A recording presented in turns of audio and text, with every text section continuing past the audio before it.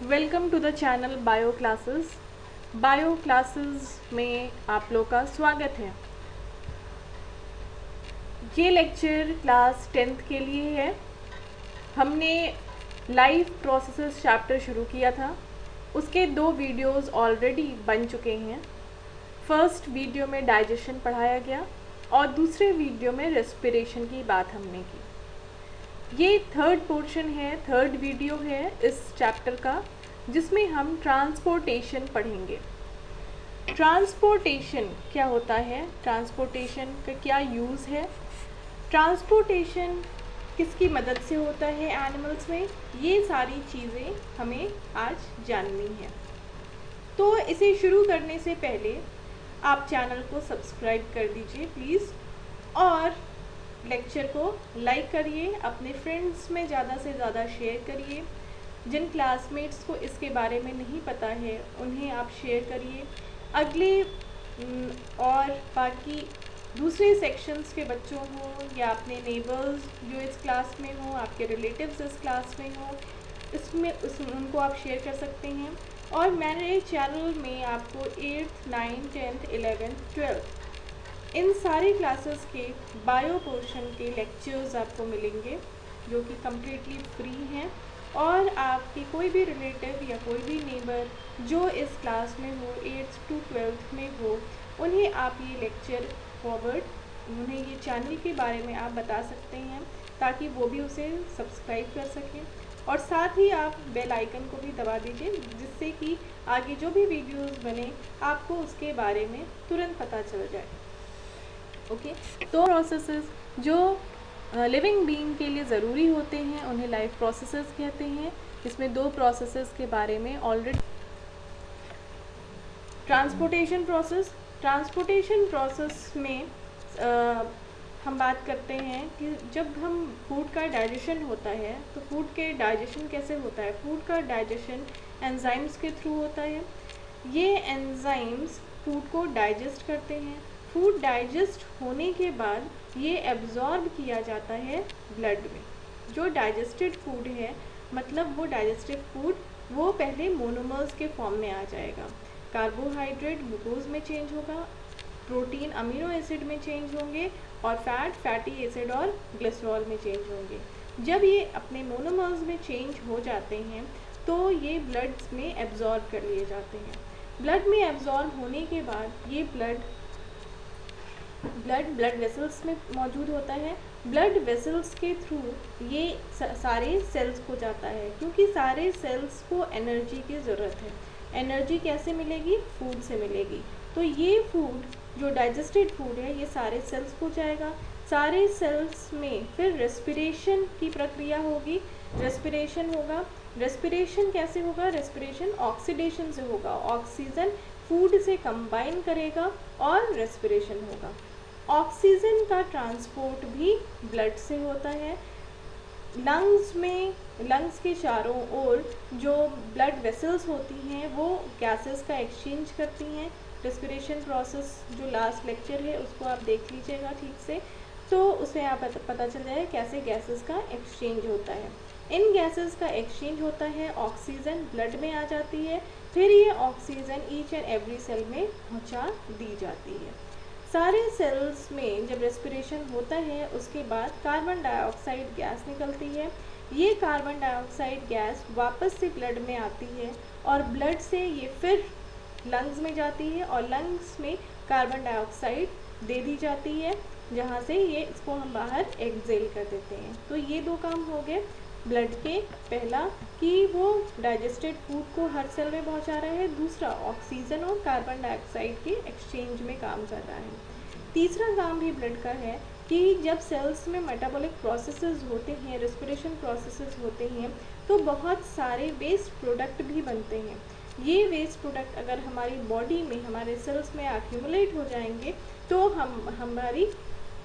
हमारे सेल्स के लिए बहुत ज़्यादा नुकसानदायक होंगे और सेल की डेथ हो जाएगी। इस वजह से ये टॉक्सिक सब्सटेंस जो सेल में क्रिएट होते हैं ये ब्लड से ब्लड वेसल में ब्लड के से होते हुए ये किडनी में पहुंचा दिए जाते हैं, जहां पर उनको यूरिन के थ्रू बाहर निकाल दिया जाता है। तो इस तरह से ये सर्कुलेटरी सिस्टम या ट्रांसपोर्ट सिस्टम काम करता है। Circulatory system of human being की बात करें तो इसमें 3 पार्ट्स में हम डिस्कस कर सकते हैं इसको। पहला है पंपिंग ऑर्गन जो कि हार्ट है, ब्लड वेसल्स जिसमें आती हैं आर्टरीज, वेन्स और कैपिलरीज। तीसरा है सर्कुलेटरी मीडियम जिसमें है ब्लड, लिम्फ, ये दोनों सर्कुलेटरी मीडियम है। पहला है ब्लड वेसल में 3 हैं, आर्टरीज, वेन्स और कैपिलरीज। पहले आर्टरीज और वेन्स के बारे में बात करते हैं। अगर आप अपने हाथ में देखिए पाम पोर्शन के नीचे तो कुछ नस जिसको हम कहते हैं, ये नस कुछ आपको रेड कलर की नस दिखाई देती है और कुछ ब्लू कलर की नस दिखाई देती है।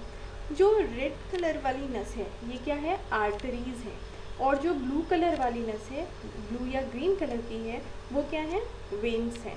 ठीक है, और जो रेड कलर वाली है नस जिसे हम आर्टरीज कह रहे हैं, अब हम आर्टरीज बोलेंगे, नस नहीं बोलेंगे।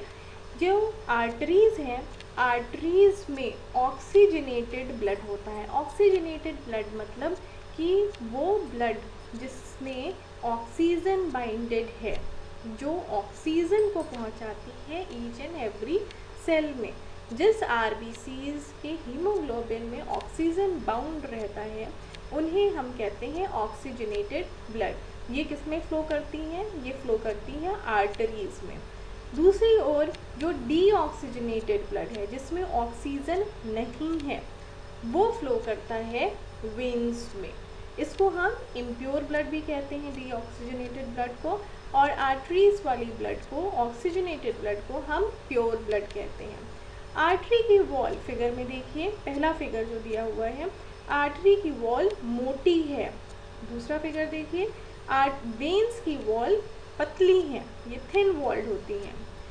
आर्टरीज ये स्किन में गहराई में होती हैं, अंदर होती हैं, और ब्लू कलर वाली आप वेन्स देखेंगे तो ये आपको सुपरफिशियल अपने हाथ पे या पैर पे दिखाई देती है, ये सुपरफिशियल होती है, just below the skin.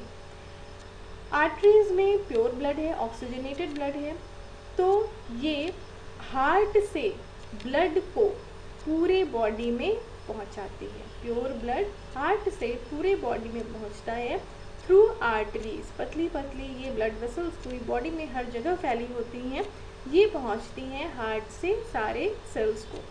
Veins ये ब्लड जो है वो सेल्स से हार्ट को पहुंचाती है।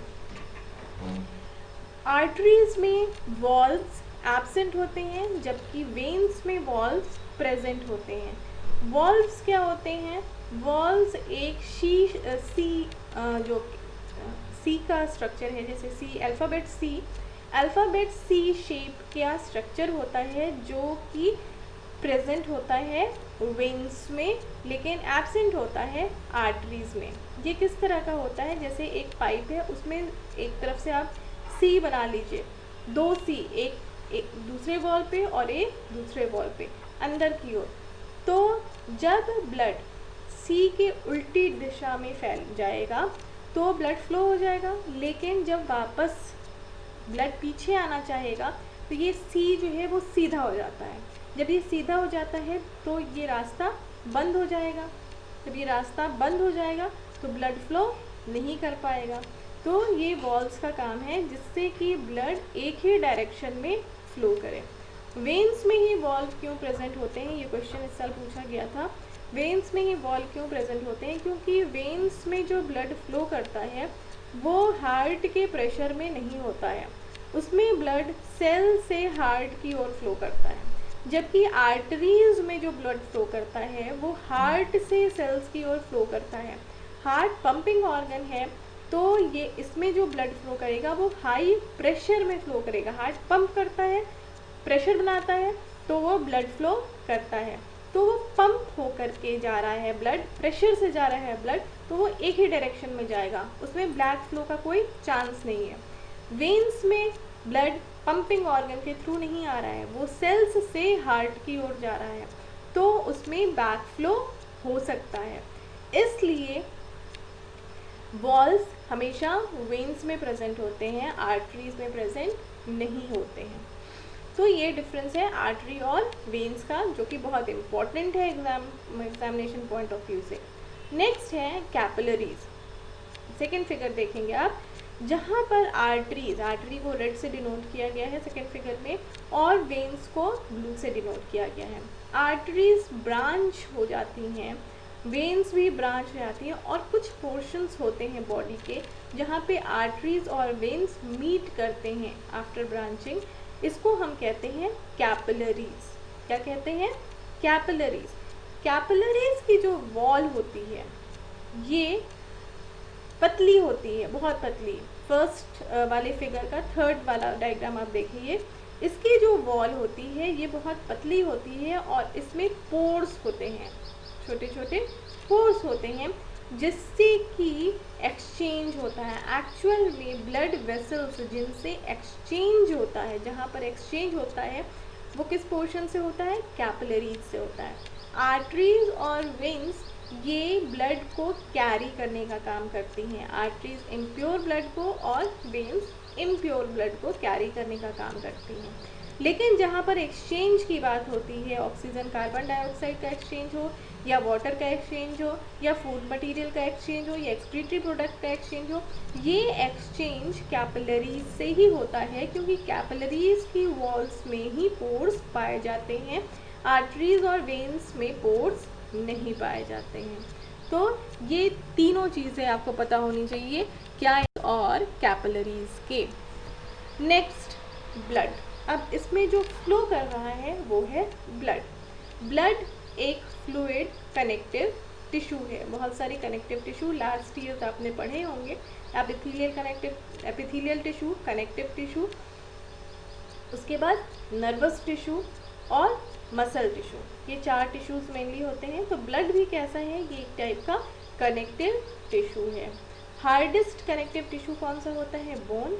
और जो सबसे फ्लेक्सिबल या फ्लूइड है वो है ब्लड। ब्लड भी कनेक्टिव टिश्यू है। ब्लड को हम देखें तो उसमें 2 कंपोनेंट्स होते हैं, एक लिक्विड कंपोनेंट होता है और एक सॉलिड कंपोनेंट होता है। लिक्विड जिसमें कि सॉलिड रहते हैं, लिक्विड कंपोनेंट को कहते हैं प्लाज्मा। इसी में सॉलिड सेल्स होती हैं। ये सेल्स 3 तरह की होती हैं, आरबीसीज, डब्ल्यूबीसीज और blood platelets. RBC red blood cells, WBC white blood cells और ब्लड प्लेटलेट्स। आरबीसीज में ही हीमोग्लोबिन पाया जाता है।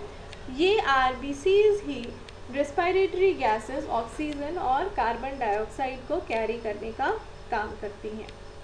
हीमोग्लोबिन का कलर अब ज़्यादातर लोग बोलेंगे रेड, लेकिन हीमोग्लोबिन का कलर रेड नहीं होता है। ऑक्सी हीमोग्लोबिन का कलर रेड होता है। ठीक है, हमारे ब्लड में ऑक्सी हीमोग्लोबिन है, इस वजह से ब्लड का कलर रेड है। ब्लड प्लेटलेट्स जब हमें कहीं चोट लग जाती है, जब वहाँ से खून बहने लगता है, तो थोड़ी देर बाद खून बहना रुक जाता है। क्यों रुक जाता है? क्योंकि वहाँ पे ब्लड क्लॉट हो जाता है, उसको क्लॉग बना लेता है, जिसकी वजह से ब्लड बहना रुक जाता है। ये किसकी वजह से होता है? ये होता है ब्लड प्लेटलेट्स के वजह से। लेकिन ब्लड प्लेटलेट्स जब हमारी बॉडी के अंदर प्रेजेंट हैं तो ब्लड क्यों नहीं जमता है? इसका आंसर आप सर्च करके मुझे कमेंट बॉक्स में बताएंगे। डब्ल्यूबीसीज जो होती हैं ये इन्हें हम ल्यूकोसाइट्स भी कहते हैं। ये 2 टाइप की होती हैं, ग्रेन्युलोसाइट्स, एग्रेन्युलोसाइट्स। इसमें डिटेल आपका नहीं दिया हुआ है, इतना जान लीजिए बस कि डब्ल्यूबीसीज जिसे ल्यूकोसाइट्स भी कहते हैं, ये बॉडी को डिफेंस प्रोवाइड करती है, ये जर्म्स से हमें बचाती है और एंटीबॉडीज़ बनाती है। जो लिक्विड कंपोनेंट है जिसे प्लाज्मा कहते हैं, इसमें 90% वाटर होता है और 10% ऑर्गेनिक सब्सटेंसेस होते हैं, जैसे कि protein, albumin, globulin, inorganic mineral ions होते हैं, हार्मोन्स होते हैं। ये सारी चीज़ें प्लाज्मा में पाई जाती हैं। ब्लड का काम मैंने पहले ही बताया है, ये ट्रांसपोर्ट करते हैं रेस्पिरेटरी गैसेस को, न्यूट्रिएंट्स को ट्रांसपोर्ट करते हैं, वेस्ट प्रोडक्ट को ट्रांसपोर्ट करते हैं, और ये WBCs इसमें जो प्रेजेंट है वो डिफेंस प्रोवाइड करती हैं बॉडी को। Next liquid phase is lymph. Lymph क्या होता है? ये कलरलेस फ्लूइड है जो इंटरसेलुलर स्पेसेस में पाए जाते हैं। इंटरसेलुलर स्पेसेस मतलब जैसे दो सेल्स हैं उसके बीच में जो स्पेस है उसे कहते हैं इंटरसेलुलर स्पेस। इन स्पेसेस में लिम्फ पाए जाते हैं। लिम्फ जो होता है वो प्लाज्मा से बना होता है। जब कैपिलरीज में पोर्स हैं, कैपिलरीज के पोर्स से प्लाज्मा बाहर जाती है जिससे एक्सचेंज ऑफ मटेरियल होता है। तो प्लाज्मा जो बाहर जाती है, RBC, WBC और ब्लड प्लेटलेट्स नहीं जाती हैं। एक्सचेंज ऑफ मटेरियल जब होता है तो प्लाज्मा ही पोर से बाहर जाती है। जब ये प्लाज्मा बाहर जाती है उसके साथ एक्सचेंज ऑफ मटेरियल होता है, फिर सेल्स जो भी लेना होता है, ऑक्सीजन, कार्बन डाइऑक्साइड देना होता है, न्यूट्रिएंट लेना होता है, एक्सक्रीटरी प्रोडक्ट देना होता है। ये एक्सचेंज जब हो जाता है इंटरसेलुलर स्पेस में, उसके बाद ये जो प्लाज्मा होती है ये एक कैपिलरी में चली जाती है जिसे हम कहते हैं लिम्फेटिक कैपिलरी। ठीक है, एक अलग ट्यूब होती है जिसे कहते हैं लिम्फेटिक कैपिलरी। ये ढेर सारे लिम्फेटिक कैपिलरीज मिल करके लिम्फ वेसल्स बनाती हैं। और लिम्फ वेसल्स में क्या है? लिम्फ वेसल्स जो एक्सक्रीटरी प्रोडक्ट निकल रहा है बॉडी का और जो कार्बन डाइऑक्साइड निकल रहा है, ये सारी कहाँ जा रही हैं? लिम्फेटिक कैपिलरी से होकर के लिम्फ वेसल्स में जा रही हैं। तो और इम्प्योर सब्सटेंस कहाँ रहता है? इम्प्योर सब्सटेंस आपका वेन में रहता है। तो ये लिम्फ वेसल्स ज्वाइन कर लेंगी वेन्स को, लार्ज वेन्स को ये ज्वाइन कर लेती हैं और फिर ये इम्प्योर ब्लड चला जाता है हार्ट में। ठीक है, समझ में आई बात? लिम्फ क्या है? लिम्फ कलरलेस फ्लूइड है। अगर हम प्लाज्मा में से प्रोटीन पोर्शन को हटा दें, ठीक है, प्लाज्मा जो है, प्लाज्मा में बहुत सारी चीज़ें हैं, उसमें से प्रोटीन पोर्शन को हटा दिया जाए, बाकी पोर्शन जो बचता है वो होता है लिम्फ। वो ट्रांसपोर्ट होता है कैपिलरीज से होकर के इंटरसेलुलर स्पेसेस में। इंटरसेलुलर स्पेसेस से ये सेल्स में जाता है, एक्सचेंज ऑफ मटेरियल में मदद करता है। उसके बाद एक्सक्रीटरी प्रोडक्ट ये लिम्फ में आया, लिम्फ से ये जाएगा दूसरे पाइपलाइन में जिसको हम कहते हैं लिम्फेटिक कैपिलरीज। लिम्फेटिक कैपिलरीज ढेर सारी जुड़ करके बनाती हैं लिम्फ वेसल्स। लिम्फ वेसल्स में एक्सक्रीटरी प्रोडक्ट है और ये जुड़ेगी अब वेन्स से। वेन्स कहाँ जाएगी? हार्ट में। हार्ट में फिर उसके बाद जहाँ पे उसका प्यूरिफिकेशन होगा। Lymph transport digested fat and drains excess fluid from intercellular back into blood। और lymph में जो होता है वो digested fats भी होते हैं। जो intestine वाला पोर्शन है, स्मॉल इंटेस्टाइन में जो lymph capillaries होती हैं उसमें फैट भी एब्जॉर्ब होता है जिसको हम कहते हैं लैक्टियल्स, LACTEALS जिसे कहा जाता है लैक्टियल्स। लिम्फोसाइट्स, लिम्फ में जो लिम्फोसाइट सेल्स हैं वो भी जर्म्स को किल करती हैं। ठीक है, और बॉडी को। नेक्स्ट बहुत ही इम्पोर्टेंट पार्ट, और जिस पार्ट से बच्चे बहुत ज़्यादा डरते भी हैं, बहुत बच्चों को समझ में भी नहीं आता है, क्लास भी पास आउट हो जाते हैं और तब भी उनको समझ में नहीं आता है। तो हम बात करेंगे अब द हार्ट। हार्ट कैसा है? मस्कुलर ऑर्गन है जो regularly from the birth till death, birth से पहले भी जब एम्ब्रियो फीटस में चेंज हो जाता है, हार्ट का फॉर्मेशन हो जाता है, तब से इसकी पंपिंग स्टार्ट होती है टिल डेथ बिना रुके रिदमिकली। इसकी साइज़ क्या होती है? हाफ फिस्ट, हमारी मुट्ठी के साइज़ के बराबर होती है। हार्ट में दो साइड होते हैं, एक साइड में ऑक्सीजनेटेड ब्लड होता है और दूसरी साइड में डीऑक्सीजनेटेड ब्लड होता है। बीच में पार्टीशन होता है जिसकी वजह से ये आपस में मिक्स नहीं होते हैं। हार्ट में 4 चैम्बर्स होते हैं, ऊपर के 2 चैम्बर एट्रिया और नीचे के 2 चैम्बर वेंट्रिकल कहलाते हैं। दो एट्रिया और दोनों वेंट्रिकल बीच में दीवार के वजह से आपस में मिक्स नहीं होते हैं, जिस दो एट्रिया के बीच की जो दीवार होती है होते कहते हैं इंटर एट्रियल सेप्टम, और जो वेंट्रिकल के बीच की दीवार को कहते हैं inter ventricle. Working of heart देखें, ये फिगर आपकी बुक में दिया हुआ है, डायग्राम में देखिए। जो हार्ट के फिगर में ऊपर राइट एट्रियम लिखा है, नीचे राइट वेंट्रिकल लिखा है। जो आप अगर लेफ़्ट हैंड जो उधर उठाएंगे उस साइड में हार्ट का राइट होगा, क्योंकि उस तरफ से उस फेस से देखें तो वो उसका राइट है। तो राइट आपके हाथ के लेफ़्ट साइड में और लेफ़्ट आपके राइट साइड में। Right atrium, right ventricle, left atrium, left ventricle, ये चारों चैम्बर्स प्रेजेंट होते हैं। राइट एट्रियम में डीऑक्सीजनेटेड ब्लड, ब्लू कलर से जिसे रिप्रेजेंट किया गया है, डीऑक्सीजनेटेड ब्लड या इम्प्योर ब्लड हमारी बॉडी से आता है through vena cava. Superior vena cava से ब्लड आता है from upper body part. Upper body part हमारा हेड पोर्शन, चेस्ट पोर्शन और फोर लिम्स से जो ब्लड आ रहा है इम्प्योर ब्लड, वो सुपीरियर वेना कावा से आता है। और इम्प्योर ब्लड जो lower parts of the body से आ रहा है वो आता है इंफीरियर वेना कावा से। वॉल्व्स प्रेजेंट होते हैं, जो यूनी डायरेक्शनल फ्लो वॉल्व्स, देखिए ट्राइकस्पिड वॉल्व लिखा है, इसमें यूनी डायरेक्शनल फ्लो के लिए ये को मेंटेन करते हैं। अगर ब्लड ऊपर से नीचे आएगा तो ये वॉल्व खुले रहेंगे। इसी टाइप का वॉल्व वेन्स में भी प्रेजेंट होता है। नीचे से ऊपर ब्लड जाने पर ये वॉल्व सीधे हो जाएंगे, जिससे कि ब्लड फ्लो नहीं हो पाएगा। पल्मोनरी वेन वो वेन है जिसमें कि ऑक्सीजनेटेड ब्लड होता है। सारी वेन्स ऐसी होती हैं जिसमें कि डीऑक्सीजनेटेड ब्लड होता है, लेकिन पल्मोनरी वेन ही एक ऐसी वेन है जिसमें कि ऑक्सीजनेटेड ब्लड होता है। ऑक्सीजनेटेड ब्लड इसलिए होता है कि ये वो वेन है जिसमें ब्लड लंग्स से आता है। लंग्स में ब्लड का प्यूरिफिकेशन होता है, इस वजह से इस वेन में प्योर ब्लड होता है।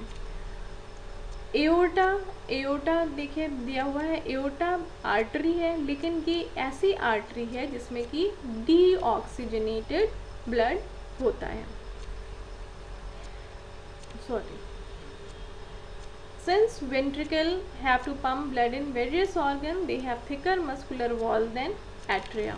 वेंट्रिकल की वॉल थिक क्यों होती है? नीचे वेंट्रिकल की जो वॉल होती है वो थिक होती है क्योंकि वेंट्रिकल से ही ब्लड पूरी बॉडी में जाता है, इसलिए यहाँ पे प्रेशर ज़्यादा होता है। इसलिए यहाँ पे आपको हार्ट की फंक्शनिंग इस फिगर से ज़्यादा क्लियर समझ में आएगी।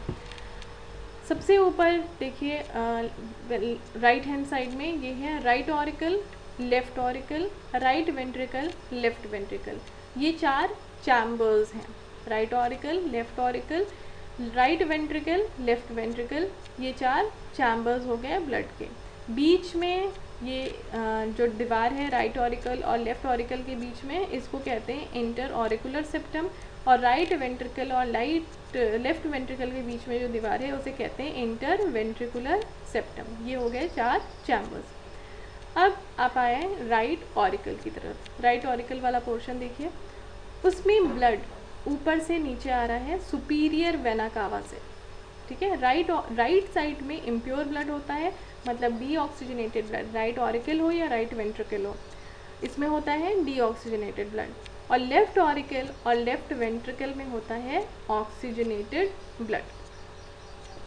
राइट ऑरिकल पोर्शन में ब्लड ऊपर से आ रहा है फ्रॉम सुपीरियर वेना कावा। कैसा ब्लड आएगा? Impure blood, deoxygenated blood superior vena cava से आ रहा है। सुपीरियर वेना कावा कहाँ से ब्लड कैरी करेगा? ये हमारे बॉडी के अपर पोर्शन से ब्लड कैरी करेगा, हेड से, कंधे से, चेस्ट पोर्शन से, फोर लिम्ब से, हाथों से। ये जो डीऑक्सीजनेटेड ब्लड या इम्प्योर ब्लड है ये आता है सुपीरियर वेना कावा से। इन्फीरियर वेना कावा, नीचे देखिए लिखा हुआ है inferior vena cava. Inferior vena cava से ब्लड आता है बॉडी के लोअर पोर्शन से, डीऑक्सीजनेटेड। बॉडी से जो भी ब्लड आएगा वो कैसा होगा? इम्प्योर ब्लड होगा। इंफीरियर वेना कावा से बॉडी से जो ब्लड आ रहा है ये भी ओपन हो रहा है राइट ऑरिकल में। पीछे से इसकी पाइप पूरा बनाया नहीं गया है, ट्यूब वो पीछे से आ रहा है और ये ओपन हो रहा है राइट ऑरिकल में। तो राइट ऑरिकल में ब्लड आ रहा है सुपीरियर वेना कावा से, और इंफीरियर वेना कावा से कैसा ब्लड आ रहा है, डीऑक्सीजनेटेड ब्लड या इम्प्योर ब्लड। राइट ऑरिकल नीचे, राइट ऑरिकल का ब्लड फ्लो करेगा राइट वेंट्रिकल में, ठीक है। तो इम्प्योर ब्लड फ्लो करता है राइट ऑरिकल से राइट वेंट्रिकल में। इन दोनों चैम्बर्स के बीच में, राइट ऑरिकल और राइट वेंट्रिकल के बीच में ट्राइकस्पिड वॉल्व होती है, वॉल्व है, ट्राइकस्पिड बनाया गया है, ट्राइकस्पिड वॉल्व है। ये एक ही दिशा में बहेगी, जब नीचे से ऊपर बहने की कोशिश करेगी तो ये वॉल्व सीधे हो जाएंगे और क्लोज हो जाएंगे, जिसकी वजह से ब्लड वेंट्रिकल से ऑरिकल की तरफ नहीं जाएगी। इम्प्योर ब्लड अब आ गया राइट वेंट्रिकल में। इसके बाद एक दूसरी वेन है जिसे कहते हैं pulmonary vein. Pulmonary vein emerge होती है राइट वेंट्रिकल से। ये पल्मोनरी वेन राइट वेंट्रिकल से जहाँ इमर्ज होती है वहाँ पर भी वॉल्व पाया जाता है जिसे कहते हैं सेमी ल्यूनर वॉल्व। ये सेमी ल्यूनर वॉल्व, इसकी वजह से ब्लड हमेशा राइट वेंट्रिकल से पल्मोनरी वेन की तरफ जाएगा, उल्टा नहीं जाएगा। पल्मोनरी वेन से राइट वेंट्रिकल की तरफ नहीं जाएगा वॉल्व की वजह से। तो राइट वेंट्रिकल से जो इम्प्योर ब्लड है ये पल्मोनरी वेन में जाएगा। पल्मोनरी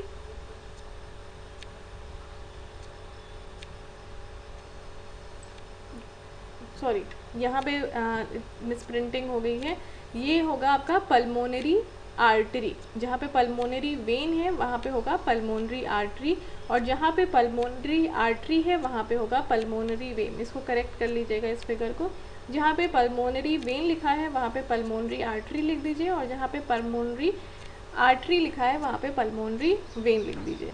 तो ये blood impure blood pulmonary artery में जाएगा। पल्मोनरी आर्टरी से ये ब्लड जो इम्प्योर ब्लड है ये लंग्स, पल्मोनरी का मतलब लंग से रिलेटेड होता है, जहाँ भी पल्मोनरी है मतलब कि वो लंग से रिलेटेड है।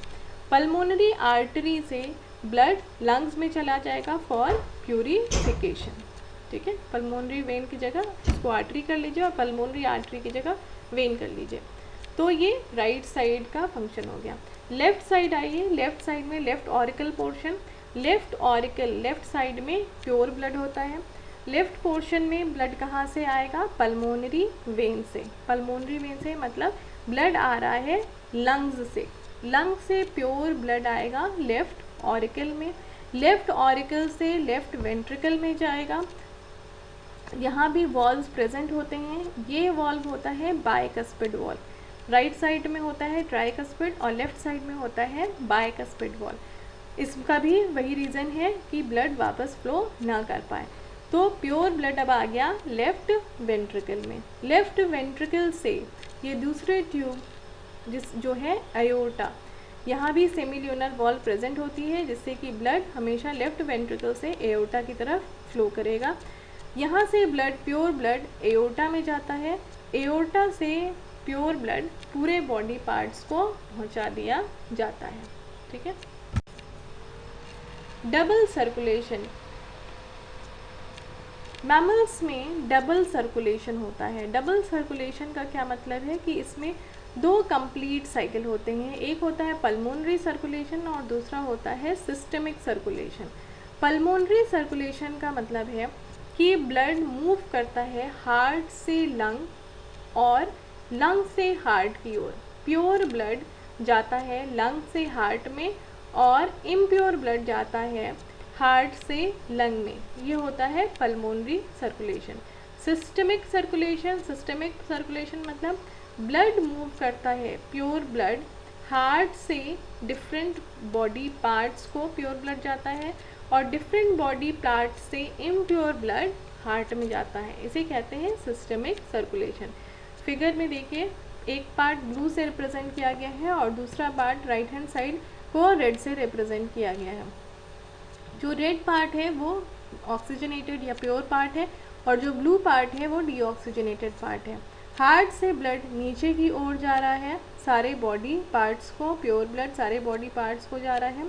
फिर बॉडी पार्ट्स में रेस्पिरेशन होगा, जहाँ पर इम्प्योर ब्लड बनेगा, इम्प्योर ब्लड चला जाएगा हार्ट में। फिर हार्ट से इम्प्योर ब्लड जाएगा लंग्स में, लंग्स में इसका प्योरिफिकेशन होगा, फिर प्योर ब्लड लंग से हार्ट में जाएगा। इस तरह से ये 2 साइकिल्स होते हैं, इसलिए इसे double circulation. Heart of mammals, birds, amphibians, reptiles and fishes, इन लोगों के हार्ट्स में, चैम्बर्स में और इनका जो सर्कुलेशन है इनमें डिफरेंस होता है। हार्ट ऑफ मैमल्स हमने पढ़ लिया कि 4 उसमें चैम्बर्स होते हैं, जिससे कि कम्प्लीटली सेपरेटेड होता है डीऑक्सीजनेटेड ब्लड या इम्प्योर ब्लड प्योर ब्लड से कम्प्लीटली सेपरेटेड होता है। एम्फीबियंस और रेप्टाइल्स में, दूसरा वाला फिगर देखिए, एम्फीबियंस और रेप्टाइल्स में 3 चैम्बर्ड हार्ट होता है। 3 चैम्बर्ड हार्ट होने की वजह से इसमें 2 ऑरिकल होते हैं और 1 वेंट्रिकल होता है। एक ऑरिकल प्योर ब्लड ले आता है लंग से और दूसरे ऑरिकल में इम्प्योर ब्लड आता है फ्रॉम द बॉडी पार्ट्स। लेकिन जब ये ब्लड और दोनों ऑरिकल से, या एट्रियम, ऑरिकल और एट्रियम एक ही चीज़ है, दोनों एट्रियम से जब ये वेंट्रिकल में जाता है तो प्योर ब्लड और इम्प्योर ब्लड मिक्स हो जाता है। तो बॉडी को जो ब्लड मिलता है वो प्योर ब्लड नहीं मिलता है, वो मिलता है मिक्स्ड ब्लड, ठीक है, जिसे पर्पल से रिप्रेजेंट किया गया है। ये मिक्स्ड ब्लड फ्लो करता है बॉडी पार्ट्स में, वहाँ पे ऑक्सीजन और कार्बन डाइऑक्साइड का एक्सचेंज होता है और उसके बाद ये वापस इम्प्योर ब्लड हार्ट में चला जाता है, फिर फर्दर प्यूरिफिकेशन के लिए ये लंग्स में चला जाता है। तो इसमें जो बॉडी है उसे प्योर ब्लड नहीं मिल रहा है, उसे मिक्स्ड ब्लड मिल रहा है। हार्ट कितने चैम्बर्ड है? हार्ट 3 चैम्बर्ड है।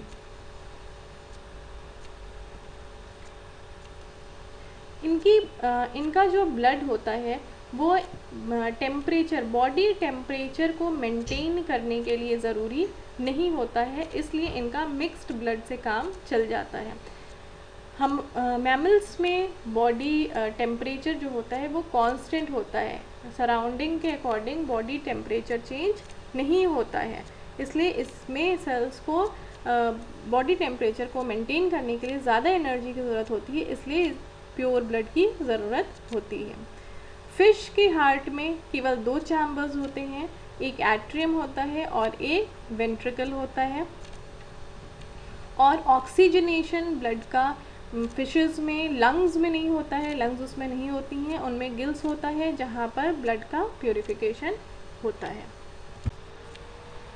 ब्लड प्रेशर क्या है? ब्लड जब हमारे ब्लड वेसल्स में फ्लो करता है तो ये ब्लड फ्लूइड वेसल्स की दीवारों पर एक प्रेशर क्रिएट करता है जिसे हम ब्लड वेसल्स कहते हैं। ब्लड प्रेशर्स आर्टरीज़ में ज़्यादा होगा क्योंकि इसमें ब्लड जो फ्लो कर रहा है वो हार्ट के प्रेशर की वजह से फ्लो कर रहा है, इसलिए ब्लड प्रेशर आर्टरीज़ में ज़्यादा होता है। जब हार्ट कॉन्ट्रैक्ट करता है तो उसके दोनों पोर्शंस कॉन्ट्रैक्ट करते हैं, वेंट्रिकल रीजन भी और ऑरिकल रीजन भी कॉन्ट्रैक्ट करता है। वेंट्रिकल रीजन जब कॉन्ट्रैक्ट करता है तो लेफ्ट वेंट्रिकल से ब्लड वेंट्रिकल से ब्लड एओर्टा में जाता है, जिससे वो बॉडी सेल्स को मिलता है। वेंट्रिकल की कॉन्ट्रैक्शन से जो प्रेशर डेवलप होता है उसे हम सिस्टोलिक प्रेशर कहते हैं। और जब हार्ट वापस अपनी जगह पे आ जाता है, जिसे रिलैक्सेशन कहते हैं, उस टाइम प्रेशर कम होगा, रिलैक्स हो रहा है तो प्रेशर कम होगा, इसे डायस्टोलिक प्रेशर कहते हैं। तो इस वेंट्रिकल प्रेशर या सिस्टोलिक, वेंट्रिकल का जो सिस्टोलिक प्रेशर है जो कॉन्ट्रैक्ट होने की वजह से हो रहा है वो ज़्यादा होगा, और डायस्टोलिक प्रेशर जो रिलैक्स होने की वजह से हो रहा है वो कम होगा। ह्यूमन बीइंग में सिस्टोलिक प्रेशर 120 mmHg होता है और डायस्टोलिक प्रेशर 80 mmHg होता है। तो डायस्टोलिक प्रेशर कम है और सिस्टोलिक प्रेशर ज़्यादा है। mmHg का मतलब क्या है? Millimetre Hg। जब हम इसको स्पिग्नोमैनोमीटर पे नापते हैं तो ये 120 तक पारा चढ़ता है सिस्टोलिक प्रेशर के टाइम में। और डायस्टोलिक प्रेशर के टाइम में ये 80 पे आता है। तो इस ब्लड प्रेशर नापने की मशीन आप जानते हैं क्या है, इसे कहते हैं स्फिग्मोमैनोमीटर। अगर ब्लड प्रेशर 120/80 से ज़्यादा है, सिस्टोलिक और डायस्टोलिक प्रेशर जो नॉर्मल है 120/80 इससे ज़्यादा है, तो इसे हाई बीपी हाइपरटेंशन कहते हैं। और इसकी वजह से बहुत ज़्यादा अगर प्रेशर हो जाए, बियॉन्ड 250 अगर हो जाता है, तो बहुत बार इंटरनल ब्लीडिंग जो हो जाती है, इंटरनल ब्लीडिंग शुरू हो जाती है। नेक्स्ट है ट्रांसपोर्टेशन इन प्लांट्स, जो बहुत सिंपल है, एनिमल की तरह कॉम्प्लिकेटेड नहीं है, कॉम्प्लेक्स नहीं है। प्लांट में कम एनर्जी की यूज़ होता है, ये क्वेश्चन भी पूछा जा चुका है इस बार कि प्लांट्स में लेस एनर्जी क्यों यूज़ होती है, ट्रांसपोर्टेशन इसका कॉम्प्लेक्स क्यों नहीं होता है। क्योंकि प्लांट में जो होता है, प्लांट जो होते हैं वो मूव नहीं करते हैं और इनके जो मेटाबॉलिक प्रोसेसेस हैं वो एनिमल के प्रोसेसेस से स्लो हैं, ठीक है। इसलिए इनमें ट्रांसपोर्ट सिस्टम भी जो होता है वो स्लो होता है। ट्रांसपोर्ट सिस्टम में इनमें दो वेसल्स होती हैं, जाइलम वेसल्स और फ्लोएम वेसल्स। जाइलम ये वाटर और मिनरल्स को रूट से सारे बॉडी पार्ट्स, सारे प्लांट के पार्ट्स में पहुंचाती हैं। इसमें जाइलम वेसल्स, जाइलम जो है वो क्या है, कॉम्प्लेक्स परमानेंट टिश्यू है। इसमें 4 टाइप की सेल्स होती हैं, xylem vessels, xylem tracheids, xylem fibres and xylem parenchyma. इन चारों में से जाइलम पेरेन्काइमा लिविंग है और बाकी 3 नॉन लिविंग है। ट्रांसपोर्ट का काम करती है, ट्रांसपोर्ट का काम करती हैं जाइलम वेसल्स और जाइलम ट्रैकीड्स। वाटर और मिनरल ये एब्जॉर्ब होता है रूट से बाय डिफ्यूजन प्रोसेस। जब ये डिफ्यूज़ होता है, मिनरल्स और वाटर जब डिफ्यूज़ हो जाता है रूट्स में, उसके बाद ये आ जाता है जाइलम में, ठीक है। जाइलम पूरा नीचे से ऊपर तक है, जैसे ब्लड वेसल्स होती है हमारी पूरी बॉडी में, इसी तरह से ये भी वेसल्स जो होती हैं वो प्लांट बॉडी में चारों ओर होती हैं। ये वाटर और मिनरल्स अब आ जाएगा जाइलम वेसल्स में। जाइलम वेसल्स में आने के बाद अब इनमें कोई पंपिंग ऑर्गन नहीं है कि ये ब्लड को पंप करे या जाइलम के अंदर जो मटेरियल है उसको पंप करे। इसको इसमें यहाँ प्रेशर प्रोवाइड करने का काम ट्रांसपिरेशन करती है। जब प्लांट दिन में जब प्लांट पे सनलाइट पड़ती है तो उनके लीफ पोर्शन से ट्रांसपिरेशन प्रोसेस शुरू हो जाता है। ट्रांसपिरेशन प्रोसेस शुरू होने से एक सक्शन प्रेशर डिराइव होता है नीचे से ऊपर की ओर, नीचे से वाटर और मिनरल, वाटर प्लस मिनरल को हम सैप कहते हैं। तो जब ये ट्रांसपिरेशन प्रोसेस शुरू होता है तो वाटर और मिनरल ये ऊपर की ओर एक सक्शन प्रेशर क्रिएट होता है जिससे कि ये ऊपर की ओर खिंच जाती हैं, ठीक है। जैसे हम स्ट्रॉ से अगर वाटर सक करते हैं, ऊपर अगर वैक्यूम क्रिएट है, ऊपर हवा है, तो क्या होगा, नीचे से ऊपर सक हो जाएगा। इसी तरह से सक्शन प्रेशर क्रिएट होता है। जब ट्रांसपिरेशन से वाटर ऊपर खिंच जाता है तो वहाँ पे एक सक्शन प्रेशर क्रिएट होता है जिससे कि जाइलम वेसल्स के अंदर जो सैप है, वाटर प्लस मिनरल है, ये ऊपर आ जाएंगे और सारे पार्ट्स को ये पानी और मिनरल पहुँचा दिया जाएगा। इसी प्रोसेस को हम कहते हैं ascent of SAP, ASCENT, ascent of SAP. और इस प्रोसेस में कोई एनर्जी यूज़ नहीं होती है। दूसरा है फ्लोएम। फ्लोएम क्या करता है, ये फोटोसिंथेसिस के थ्रू जो फूड बन रहा है इसे सारे बॉडी पार्ट्स को पहुंचाता है, प्लांट के अदर पार्ट्स को पहुंचाता है। और इस प्रोसेस में ATP की ज़रूरत, एनर्जी की ज़रूरत पड़ती है।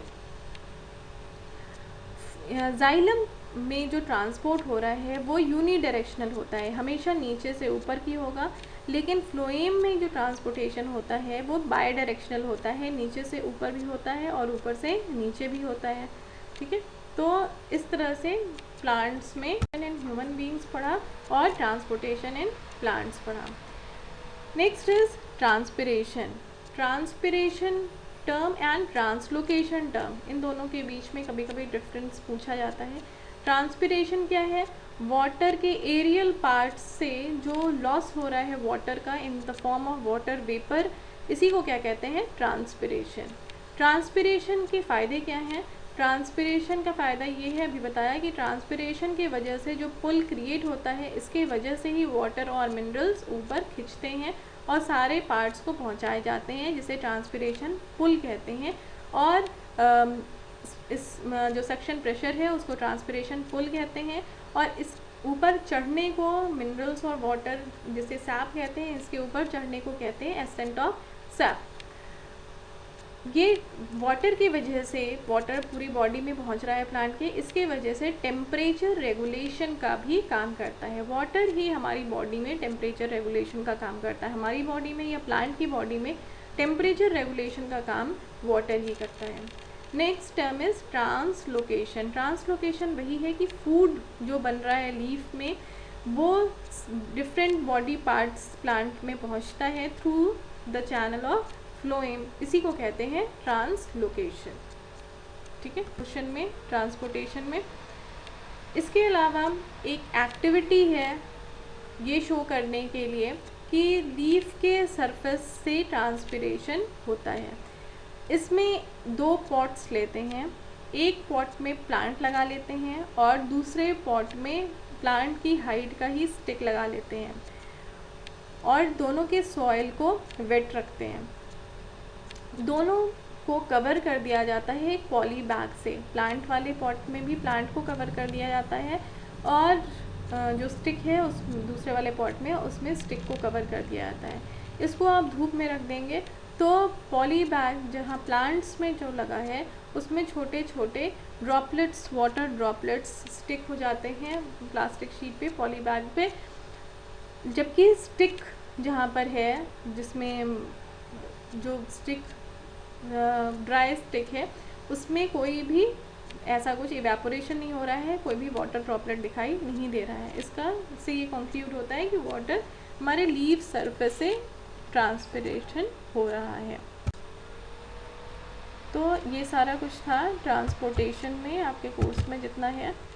अगले वीडियो में हम देखेंगे लास्ट लाइफ प्रोसेस जो आपके कोर्स में है, दैट इज़ एक्सक्रीशन। अगर कुछ ना समझ में आया हो तो कमेंट बॉक्स में लिख दीजिए। Thank you for watching once again. Video को लाइक करिए, शेयर करिए, अपने दोस्तों को भी बताइए। Okay, thank you very much.